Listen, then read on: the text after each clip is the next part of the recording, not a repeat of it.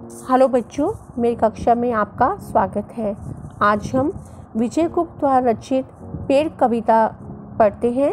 इस कविता में कवि ने एक बीज के पेड़ बनने तक का सफ़र और पेड़ों की दिनचर्या का बहुत ही सुंदर ढंग से वर्णन किया है।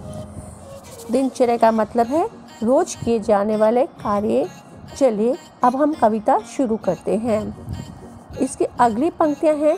हवा कहेगी झूम झूम, वे रुम झुम नाचेंगे, थक जाएंगे पहुँच पसीना, पानी पीकर भरी धूप में पत्तों की थाली से खाना खाएंगे।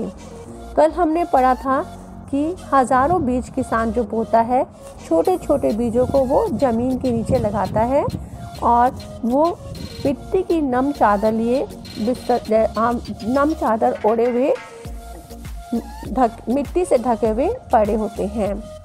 और जैसे ही सूरज की किरणें उन पर पड़ती हैं तो वो हड़बड़ाकर धरती के छोटे छोटे जो छिद्र होते हैं उनसे बाहर निकलकर बहुत हैरानी से देखते हैं। चलिए अब हम आगे की पंक्तियों का भाव कर रहे हैं।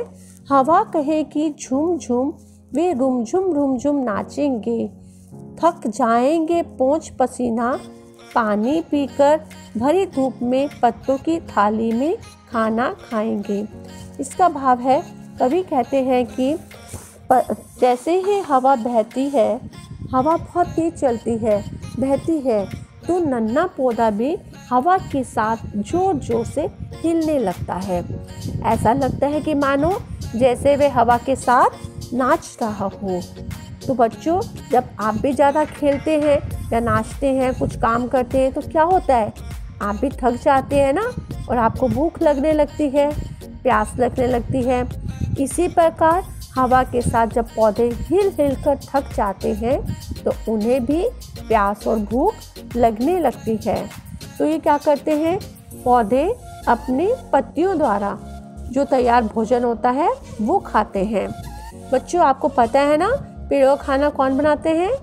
पत्तियां बनाती हैं। किसकी मदद से? कार्बन डाइऑक्साइड, क्लोरोफिल, सूरज का प्रकाश, इन सब की सहायता से पत्तियां जो हैं वो पेड़ का खाना बनाती हैं। आपको पता है ना, ये जिसको हम बोलते हैं leaves are called the food factory of the plant. पत्तियों को हम कहते हैं ना कि वो पेड़ों का खाना बनाती हैं। अब वह नन्हा सा पौधा जो है वो वृक्ष बन चुका है और वह बही दोपहरी में पत्तों द्वारा तैयार किया गया भोजन खाता है। पत्तों की थाली में खाना खाएंगे, इसका भाव है कि पत्तियां जो खाना बनाती हैं, पत्तियों द्वारा बनाया गया भोजन खाना। तो इस तरह कवि ने बताया है कि जब हवा तेज चलती है, बहती है, तो नन्हा पौधा हिलने लगता है और वो पत्तियों के द्वारा बनाया हुआ खाना खाने लगता है। अब अगली पंक्तियाँ पढ़ रहे हैं हम। फिर खेलेंगे चिड़ियों के संग, तोतों से चोंच लड़ाएंगे, पीठ खुजाएगी गैया, बच्चे छाँव में खेलेंगे। इसका मतलब है कि जब हम भोजन करते हैं, भोजन करने के बाद बहुत तेज़ धूप होने के कारण जो है पेड़ पौधों पर आपने देखा है कि बहुत से पंछी जो हैं, पक्षी आराम करने के लिए आते हैं। फिर क्या होता है, पेड़ इन चिड़िया, तोते जो आते हैं पेड़ पर, उनके साथ समय बिताते हैं। और आपने देखा है गाय जो है कभी कभी अपनी खुजली करती है पेड़ के तनों के साथ, तो वो गाय जो है, इसमें दिखाया भी गया है चित्र में, गाय जो है पेड़ के तनों से अपनी पीठ की खुजली शांत करती है। और बच्चे जो है पेड़ के नीचे जो छाया होती है ना, उसमें खेलते हैं। बच्चों, आप भी खेलते हो कभी पेड़ के नीचे जाकर? पेड़ से हमें छाया भी मिलती है। तभी तो कहा गया है कि हमें पेड़ों को नहीं काटना चाहिए, हमें पेड़ों को लगाना चाहिए और उनकी पूरे सही ढंग से देखभाल करनी चाहिए। जैसे आप अपने घर में अपने सामान की देखभाल करते हैं, अपने प्रिय चीज़ों की देखभाल करते हैं और आपके माता पिता आपकी देखभाल करते हैं, इसी तरह हम सबको पेड़ पौधों की देखभाल भी करनी चाहिए और अपनी धरती को हरा भरा बनाना चाहिए। पेड़ों को बिल्कुल भी नहीं काटना चाहिए।